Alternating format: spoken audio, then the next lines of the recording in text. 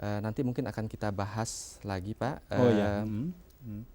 Di mana ada beberapa hal eh, yang diperintahkan oleh Allah agar orang-orang beriman itu apabila makan tidak berlebih-lebihan, ya, karena bagi ibu hamil, kalau dia tidak bisa mengontrol dirinya kemudian makan berlebih-lebihan, maka itu juga akan menyebabkan.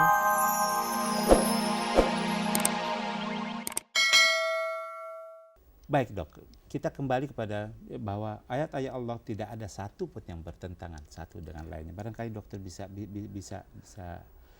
menjelaskan hal itu dok. Ya, setelah kita meninjau firman Allah di ayat-ayat tadi, maka kita bisa mengetahui bahwasanya menjalankan ibadah puasa dan memelihara kehamilan yang sebagai ayat-ayat Allah tidak ada pertentangan di antara keduanya, dan dalam pelaksanaan keduanya Allah memberikan kemudahan. Ya. Gitu. Baik dok, pertanyaan lebih lanjut dok, yang sedikit lebih praktis barangkali dok. Ini pertanyaan saya, usaha apa yang sebaiknya dilakukan ibu, misalnya saja dalam gizi yang harus dia makan di waktu sahur atau di waktu berbuka, tadi ibu-ibu yang sedang hamil, yang juga berniat sejauh dia mampu untuk tetap menjalankan ibadah puasa. Barangkali dokter bisa menjelaskan hal itu dok. Baiklah, memang manusia pada umumnya dengan rasionya selalu meninjau segala sesuatu dari sudut fisik atau lahiriahnya saja, seperti kita mengkhawatirkan kalau kekurangan gizi atau nutrisi maka bisa mengganggu kesehatan ibu yang sedang hamil dan janin yang dikandungnya. Ya. Seperti kita ketahui, apabila si ibu yang sedang hamil itu sudah tidak tahan karena lapar dan haus pada saat puasa, maka si ibu itu akan merasakan badannya lemah, keluar keringat dingin, dan pusing. Yeah. Sebenarnya pada keadaan tersebut, si ibu sudah diizinkan Allah untuk tidak melanjutkan puasanya. Gitu. Ya. Kembali kepada gizi dok, barangkali dokter bisa menjelaskan ya, secara lebih medis gitu dok ya, apa yang bisa dianjurkan untuk makan ya sehingga akan membantu ibu-ibu yang sedang hamil itu dok. Ya, seperti pada kehamilan normal di luar bulan puasa, maka intake atau pemasukan protein, lemak, dan karbohidrat itu harus ditingkatkan, demikian pula jumlah vitaminnya. Tetapi maaf, saya sedikit potong dok. Saya mewakili dan memang saya masih selalu akan bertanya, protein, kalori, karbohidrat itu barangkali bisa diterjemahkan dalam secara lebih praktis. Dari mana kita sumber protein? Jadi sebagaimana sering dijelaskan pada penjelasan mengenai gizi, bahwa sumber protein itu bisa didapat dari daging, dari telur, kemudian dari ikan-ikan, kemudian lemak juga demikian, bisa dari binatang, kemudian karbohidrat dari makanan pokok seperti beras, jagung, roti, dari ketela. Nah, di mana jumlahnya dibutuhkan lebih banyak daripada kehamilan, daripada orang-orang yang tidak hamil. Jadi secara kuantitatif maupun kualitatif, protein, karbohidrat yang bisa diperoleh dari makanan itu hendaknya diperbanyak.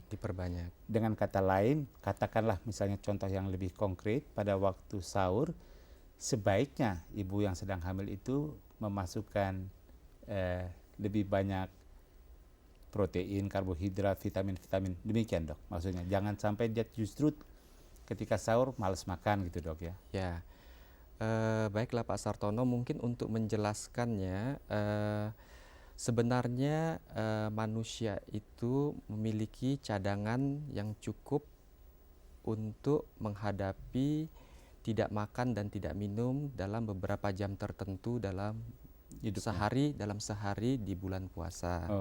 Ya. Jadi mengenai apakah di waktu sahur atau berbuka itu intiknya akan kita tingkatkan atau tidak, nanti mungkin akan kita bahas lagi, Pak. Di mana ada beberapa hal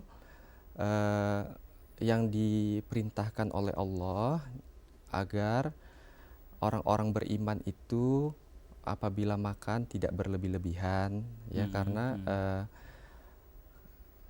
bagi ibu hamil kalau dia tidak bisa mengontrol dirinya kemudian makan berlebih-lebihan, maka itu juga akan menyebabkan kemungkinan mendapatkan risiko peningkatan tekanan darah juga yang bisa membahayakan kehamilannya dan janin yang dikandungnya.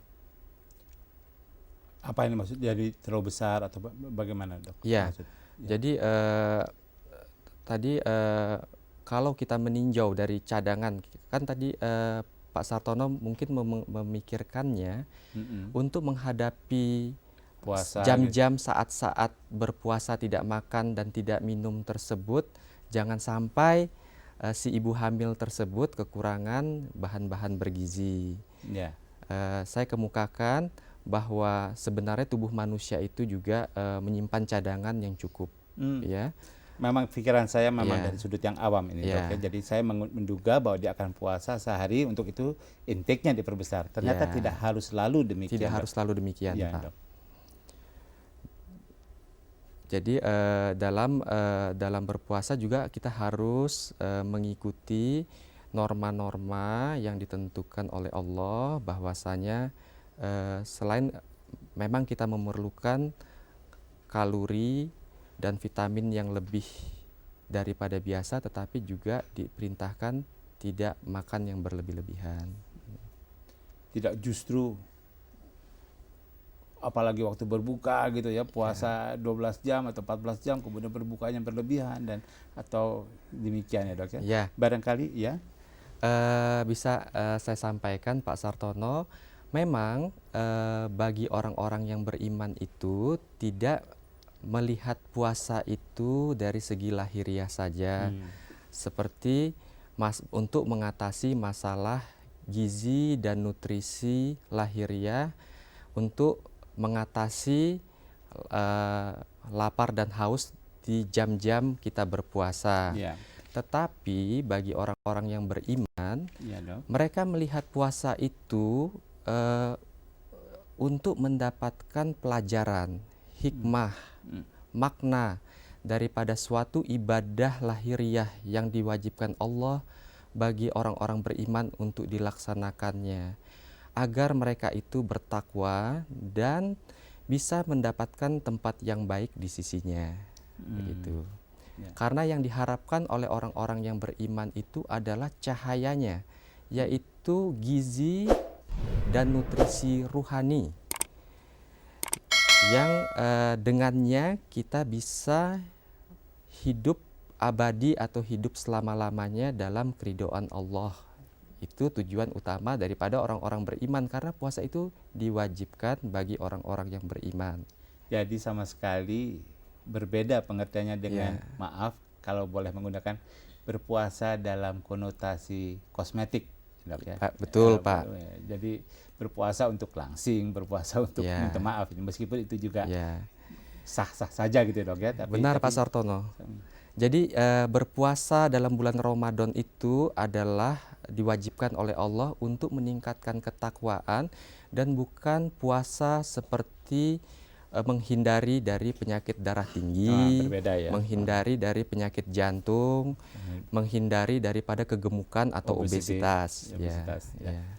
Dok, waktu kita memang agak terbatas nih, Dok. Pertanyaan terakhir, apa yang suami dan anak-anak bisa lakukan kalau istri dan ibu mereka sedang hamil, Dok? Ya, tidak dalam artian sedikit saja, Dok. Ya, bantuan apa yang bisa diberikan, Dok? Eh, ada baiknya Pak Sartono, kita sarankan kepada para suami dan anak-anak ibu yang sedang hamil agar tidak makan berlebih-lebihan pada saat sahur, berbuka puasa maupun pada saat lebaran, karena ini secara tidak langsung Pak Sartono ini bisa mempengaruhi kondisi fisik ibu yang sedang hamil. Sebagaimana Pak Sartono bisa membayangkan, apabila di dalam bulan puasa itu anggota keluarga harus dipenuhi keinginannya agar makan lebih banyak dari segi jumlah, dari segi variasinya, dari segi rasanya, maka si ibu tersebut harus bekerja lebih banyak, harus mencurahkan perhatiannya lebih banyak, begitu Pak ya. Dan akhirnya selain bisa memberatkan fisik si ibu yang sedang hamil yang ingin berpuasa dalam bulan Ramadan itu tidak bisa memberikan waktunya lebih banyak untuk ibadah dan mendekatkan diri kepada Allah. Iya dok, saya kira itu yang antara lain bisa disumbangkan oleh suami maupun anak-anak. Pemirsa, demikian percakapan kita dengan Dr. Abdul Latif tentang ibu yang sedang hamil dan kewajiban puasa di bulan Ramadan.